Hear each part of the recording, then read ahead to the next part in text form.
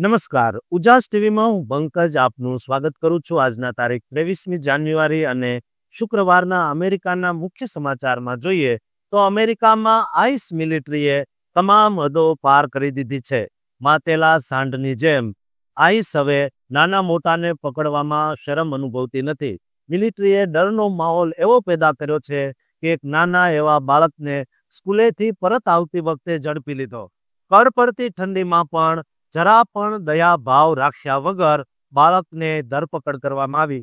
આ ઘટનાના ઘેરા પ્રત્યાઘાત અમેરિકામાં પડ્યા છે, તેની વિગતે વાત કરીશું। ઉપરાંત જોઈશું કે ગુજરાતીઓ અમેરિકામાં ઠેર ઠેર સ્ટોર ચલાવે છે। નસીબ અજમાવવા ગયેલા આપણા ગુજરાતીઓ હવે ત્યાંના સ્થાનિકોને પણ નસીબ અજમાવવા માટે પ્રોત્સાહિત કરી રહ્યા છે। જેમાં એક અમેરિકને ગુજરાતીની સલાહ માનતા તે માલામાલ થઈ ગયો હતો, તેની વિગતે વાત કરીશું। ઉપરાંત જાણીશું કે ઇમિગ્રન્ટ્સને છેલ્લા 1 વર્ષથી સતત હેરાન કરનારો તાનાશાહ ટ્રમ્પ હાલ ગંભીર બીમારીમાં મુકાઈ ગયો હોય તેવું સામે આવ્યું છે। ટ્રમ્પને ગંભીર બીમારી હોવાનું દાવોસમાં સામે આવ્યું છે, જ્યાં તે જવાબ આપવા મજબૂર થયો। જોકે અમેરિકામાં હેરાન થતા આપણા ગુજરાતીઓએ કહ્યું, આ લોકોને મુશ્કેલીમાં નાખવાના પાપ કર્યા હતા તે હવે ફૂટી રહ્યા છે। ટ્રમ્પની બીમારી વિશે ડિટેલ્સમાં વાત કરીશું, તો ચાલો તમામ સમાચાર જોઈએ વિસ્તારથી। એક 5 વર્ષનો નિર્દોષ માસૂમ બાળક તેના પિતાનો હાથ પકડીને સ્કૂલેથી ઘરે આવે છે, પણ અચાનક તે એવું શું થાય છે કે તેના હાથમાં રમકડાની જગ્યાએ પોલીસનો હાથ આવી જાય છે? શું આ બાળક ખરેખર કોઈ ગુનેગાર હતો કે પછી તેને કોઈ મોટા ષડયંત્રમાં ચારા તરીકે વાપરવામાં આવ્યો હતો? મધ્યરાત્રિની કડકડતી ઠંડીમાં આ માસૂમ અત્યારે ક્યાં હશે? આજે અમે એક એવી ઘટનાનો પર્દાફાશ કરવા જઈ રહ્યા છીએ જેણે આખા અમેરિકાને હચમચાવી દીધું છે અને માનવતા સામે અનેક મોટા સવાલો ઊભા કર્યા છે। આ સચ્ચાઈ જાણવા માટે આ વિડીયોને અંત સુધી જોતા રહેજો, કારણ કે સત્ય તમારી કલ્પના કરતા પણ વધારે ભયાનક છે। મિત્રો, આ હૃદયદ્રાવક ઘટના 20મી જાન્યુઆરી 2026ના રોજ મિનેસોટાના કોલંબિયા હાઇટ્સમાં બની। લિયામ પોનેજો રોમોસ નામનો 5 વર્ષનો બાળક તેના પિતા એડ્રિયન એલેક્ઝાન્ડર સાથે તેના ઘરના ડ્રાઈવવેમાં ઊભો હતો, ત્યારે જ અચાનક ઇમિગ્રેશન એન્ફોર્સમેન્ટના અધિકારીઓએ તેમને ઘેરી લીધો। આ પરિવાર મૂળ ઇક્વાડોરનો છે અને તેઓ ડિસેમ્બર 2024માં કાયદેસર રીતે CBP-1 એપ દ્વારા એપોઇન્ટમેન્ટ લઈને અમેરિકા આવ્યા હતા। તેમની પાસે આશ્રય માટેનો સક્રિય કેસ પણ છે અને પિતા પર કોઈ ગુનાહિત રેકોર્ડ નથી, તેમ છતાં તેમની ધરપકડ કરવામાં આવી। સ્કૂલના અધિકારીઓનો આરોપ છે કે એજન્ટોએ આ 5 વર્ષના બાળકને ચાલુ ગાડીમાંથી બહાર કાઢ્યો અને તેને ધરપકડના ડરથી ઘરનો દરવાજો ખખડાવવા માટે મજબૂર કર્યો, જેથી ઘરમાં રહેલા બીજા સભ્યોને બહાર લાવી શકાય। શાળાના સુપ્રિન્ટેન્ડન્ટ જેના સ્ટેનવિકે આ ઘટનાને અત્યંત આઘાતજનક ગણાવી અને કહ્યું કે શું આટલો નાનો બાળક કોઈ ખતરનાક ગુનેગાર છે કે તેને આવી રીતે પકડવામાં આવ્યો? બીજી તરફ હોમલેન્ડ સિક્યુરિટીનો દાવો તદ્દન અલગ છે। તેઓ કહે છે જ્યારે એજન્ટોએ ત્યાં પહોંચ્યા ત્યારે પિતા તેના બાળકને ઠંડીમાં રઝળતો મૂકીને ભાગી ગયા અને એજન્ટોએ તો માત્ર બાળકની સુરક્ષા માટે તેને પોતાની પાસે રાખ્યો હતો। અધિકારીઓએ એવું પણ જણાવ્યું કે તેઓએ બાળકની માતાને સોંપવાનો પ્રયાસ કર્યો હતો, પણ માતાએ બેરના ધરપકડના ડરથી બાળકને લેવાની ના પાડી દીધી। જોકે પરિવારના વકીલ માર્ક પ્રોકોશ આ તમામ વાતોને નકારી રહ્યા છે અને કહે છે કે પરિવાર કોઈ પણ રીતે ભાગી રહ્યો નહોતો। આ મામલો એટલો ગંભીર બન્યો કે અમેરિકાના ઉપરાષ્ટ્રપતિ JD વેન્સે પણ આ બાબતે નિવેદન આપવું પડ્યું। 22મી જાન્યુઆરીએ મિનેપોલિસની મુલાકાત દરમિયાન તેમણે આઈસના અધિકારીઓનો બચાવ કરતા કહ્યું કે બાળકની ધરપકડ કરવામાં આવી નથી, પરંતુ તેના પિતા ભાગી જવાથી બાળકને થીજી જતી ઠંડીમાં એકલો ન મૂકી શકાય, એટલે તેને સાથે રાખવો પડ્યો હતો। તેમણે આ ઘટનાને મીડિયા દ્વારા ખોટી રીતે રજૂ કરવામાં આવી હોવાનું પણ જણાવ્યું. પરંતુ વાસ્તવિકતા એ છે કે છેલ્લા કેટલાક અઠવાડિયામાં આ શાળાના 4 વિદ્યાર્થીઓની અટકાયત કરવામાં આવી છે, જેમાં 10 વર્ષની છોકરી અને 2 17 વર્ષના કિશોરોનો સમાવેશ થાય છે. આ ઓપરેશન મેટ્રો સર્જના નામે ચાલી રહ્યું છે, જેનો હેતુ ગુનેગારોને પકડવાનો છે, પણ તેમાં સામાન્ય પરિવારો પણ ભીસાઈ રહ્યા છે. હાલમાં આ માસૂમ લિયામ અને તેના પિતાને ટેક્સાસના ડિલીમાં આવેલા એક ફેમિલી રેસિડેન્શિયલ સેન્ટરમાં રાખવામાં આવ્યા છે. ત્યાંની સ્થિતિ વિશે સામાજિક કાર્યકરો કહે છે કે બાળકો કુપોષણ અને માનસિક આઘાતનો શિકાર બની રહ્યા છે. આ ઘટનાને કારણે આખા વિસ્તારમાં ડરનો માહોલ છે અને વાલીઓ પોતાના બાળકોને શાળાએ મોકલતા પણ ગભરાઈ રહ્યા છે. શું સુરક્ષાના નામે કોઈ માસૂમનું બાળપણ છીનવી લેવું યોગ્ય છે? આ વિવાદ અત્યારે અમેરિકાના રાજકારણમાં ગરમાવો લાવી રહ્યો છે અને કાયદેસર રીતે રહેતા પરિવારો પણ હવે પોતાની સુરક્ષાને લઈને ચિંતિત છે. દોસ્તો, તમારું શું માનવું છે? શું આપણા માસૂમ બાળકો સ્કૂલે જાય અને ઘરે પરત ન આવે તો? તમારું શું માનવું છે? કોમેન્ટ બોક્સમાં જરૂર લખજો અને આ ચેનલને સબસ્ક્રાઇબ કરજો. એક નાનકડી મજાક વયનું નસીબ રાતોરાત પલટી શકે છે.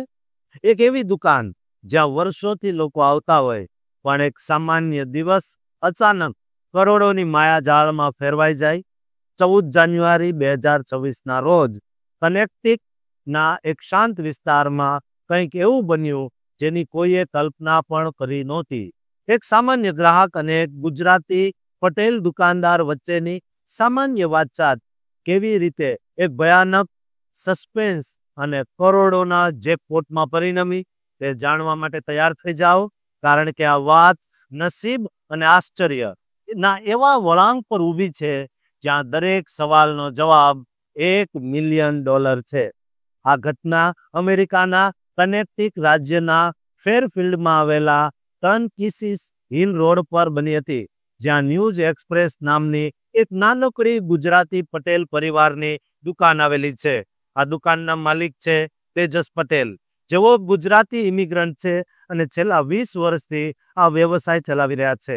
14 જાન્યુઆરી 2026ના રોજ તેમનો એક ખૂબ જ જૂનો ગ્રાહક, જે છેલ્લા 18 વર્ષથી તેમની પાસે ખરીદી કરવા આવતો હતો, તે દુકાને પહોંચ્યો. તે ગ્રાહકે પહેલા $10ની ટિકિટ પર $1000 જીત્યા હતા અને તે પૈસા લેવા માટે તેજસભાઈ પાસે આવ્યો હતો. તેજસભાઈ પટેલે મજાકમાં તે ગ્રાહકને નસીબ અજમાવવા પ્રોત્સાહિત કરતા કહ્યું કે અત્યારે તમારું નસીબ ખૂબ જોર કરી રહ્યું છે. તમારે હજુ એક નસીબ અજમાવવું જોઈએ અને આ તક ગુમાવવી ન જોઈએ. તેજસભાઈની આ હળવી સલાહ માનીને તે ગ્રાહકે $50ની બેસ્ટ ચાન્સ ટુ બી અ મિલિયોનેર નામની લોટરીની ટિકિટ ખરીદી. જ્યારે તેણે ટિકિટ સ્ક્રેચ કરી અને અંદરના ચિહ્નો જોયા, ત્યારે તે સ્તબ્ધ થઈ ગયો. તેણે તે ટિકિટ પાછી તેજસ પટેલને આપી, જેથી તેઓ તેની ખાતરી કરી શકે. તેજસભાઈએ ટિકિટ ચેક કરી અને આશ્ચર્ય સાથે બૂમ પાડી કે મારા મિત્ર, આ તો $1 મિલિયનની ટિકિટ છે, જેના માટે દરેક વ્યક્તિ રાહ જોતી હોય. આ સાંભળીને તે ગ્રાહક એકદમ સુન્ન થઈ ગયો અને ક્ષણવાર માટે તેના મોઢામાંથી શબ્દો નીકળતા બંધ થઈ ગયા. આ જીતના સમાચાર વાયુ વેગે ફેલાઈ ગયા અને સિટી લોટરી દ્વારા પણ આની પુષ્ટિ કરવામાં આવી. જોકે વિજેતાએ પોતાની ગોપનીયતા જાળવી રાખવા માટે અનામી રહેવાનું પસંદ કર્યું, જે અમેરિકામાં મોટા ઇનામો જીતનારા લોકોમાં સામાન્ય છે. આ બેસ્ટ ચાન્સ ટુ બી અ મિલિયોનેર ગેમમાં $1 મિલિયન જીતવાની સંભાવના 4 લાખમાંથી માત્ર એક જ હોય છે. વિજેતા પાસે 2 વિકલ્પો હતા. કાં તો તે ટેક્સ કપાયા પછી લગભગ $7.50 લાખની એક સાથે રકમ ઘરે લઈ જાય, અથવા 20 વર્ષ સુધી વાર્ષિક હપ્તામાં આ રકમ મેળવે. આ જીતથી તેજસ પટેલ પણ ખૂબ ખુશ છે, કારણ કે એક લોયલ કસ્ટમર જ્યારે આટલું મોટું ઇનામ જીતે ત્યારે તે ગર્વની વાત છે. લોટરીના નિયમ મુજબ વિજેતા ટિકિટ વેચવા બદલ તેજસભાઈની દુકાનને પણ $10,000નું બોનસ મળશે. આ સમાચાર પછી આ નાનકડી દુકાનની બહાર અને અંદર મોટા પોસ્ટરો લગાવવામાં આવ્યા છે, અને લોકોની ભીડ પણ વધી ગઈ છે. તેજસભાઈ રમૂજમાં કહે છે, આ બધું જ સાચી જગ્યા, સાચો સમય અને સાચા ક્લાર્કને કારણે શક્ય બન્યું છે. વર્ષ 2026ની શરૂઆતમાં કનેક્ટિકટમાં લોટરી જીતવાનો એક મોટો ટ્રેન્ડ જોવા મળી રહ્યો છે, જ્યાં જાન્યુઆરીના મધ્ય સુધીમાં જ 14 થી વધુ લોકોએ $1 લાખ વધુના ઇનામો જીત્યા છે. જોકે નિષ્ણાતો ચેતવણી આપે છે, લોટરી રમતી વખતે જવાબદારીપૂર્વક જુગાર રમવો જોઈએ, કારણ કે આટલી મોટી જીત લાખોમાં એકને જ મળતી હોય છે. આ ઘટનાએ સાબિત કરી દીધું છે કે ક્યારેક એક નાનકડી ટિપ્પણી કોઈના જીવનની સૌથી મોટી ખુશી બની શકે છે. અને આપણા માટે ગર્વની વાત એ છે કે આ ખુશીમાં એક આપણો ગુજરાતી જવાબદાર છે. દોસ્તો, તમારું શું માનવું છે એ કોમેન્ટ બોક્સમાં જરૂર લખજો અને ચેનલને સબસ્ક્રાઇબ કરવાનું ચૂકતા નહીં. સ્વિટ્ઝરલેન્ડના બર્ફીલા પહાડો વચ્ચે જ્યારે દુનિયાના શક્તિશાળી નેતાઓ શાંતિના કરાર કરી રહ્યા હતા, ત્યારે અચાનક દુનિયાની નજર અમેરિકાના રાષ્ટ્રપતિના ડાબા હાથ પર પડે છે. એક એવો ઘેરો વાદળી અને જાંબલી રંગનો ડાઘ જેણે સોશિયલ મીડિયા પર ખળભળાટ મચાવી દીધો છે. શું આ માત્ર એક સામાન્ય ઈજા છે કે પછી 79 વર્ષના ટ્રમ્પના સ્વાસ્થ્ય પાછળ કોઈ એવું ભયાનક રહસ્ય છુપાયેલું છે જે વ્હાઇટ હાઉસ છુપાવી રહ્યું છે? લોહી જામી જવું કે અંગોનું નકામું થવું જેવા ગંભીર સવાલો વચ્ચે આજે અમે તમને આ રહસ્યમય નિશાન પાછળની અસલી સચ્ચાઈ જણાવીશું, જે જાણીને તમે પણ ચોંકી જશો. જો કે અમેરિકામાં ગેરકાયદે રહેતા અને ટ્રમ્પની નીતિઓથી સતત હેરાન પરેશાન રહેતા ગુજરાતીઓએ કહ્યું કે ટ્રમ્પને તેના કરેલા પાપ ફૂટી રહ્યા છે. મિત્રો, આ સમગ્ર વિવાદ 22 જાન્યુઆરી 2026ના રોજ સ્વિટ્ઝરલેન્ડના દાવોસમાં વર્લ્ડ ઇકોનોમિક ફોરમ દરમિયાન શરૂ થયો. રાષ્ટ્રપતિ ડોનાલ્ડ ટ્રમ્પ ત્યાં બોર્ડ ઓફ પીસ નામના એક મહત્વપૂર્ણ દસ્તાવેજ પર હસ્તાક્ષર કરી રહ્યા હતા, જે ગાઝા જેવા સંઘર્ષગ્રસ્ત વિસ્તારોમાં યુદ્ધ વિરામ માટેની એક અમેરિકન પહેલ છે. આ કાર્યક્રમ દરમિયાન જ્યારે તેમના ફોટા પાડવામાં આવ્યા, ત્યારે તેમના ડાબા હાથના પાછળના ભાગે એક મોટો અને ઘેરો વાદળી જાંબલી રંગનો ડાઘ સ્પષ્ટ દેખાઈ રહ્યો હતો. આ ફોટા વાયરલ થતાં જ લોકોમાં ગભરાટ ફેલાઈ ગયો અને લોકોએ પૂછવાનું શરૂ કર્યું, શું ટ્રમ્પ કોઈ ગંભીર બીમારીનો શિકાર છે? સોશિયલ મીડિયા પર તો ત્યાં સુધી ચર્ચાઓ થવા લાગી કે શું આ કોઈ મગજની બીમારી કે રક્ત પરિભ્રમણ બંધ થવાના સંકેત છે? જો કે સત્ય આનાથી સાવ અલગ છે અને થોડું આશ્ચર્યજનક છે. દાવોસથી પરત ફરતી વખતે એરફોર્સ 1 વિમાનમાં ટ્રમ્પે પોતે પત્રકારોને આ વિશે ખુલાસો કર્યો હતો.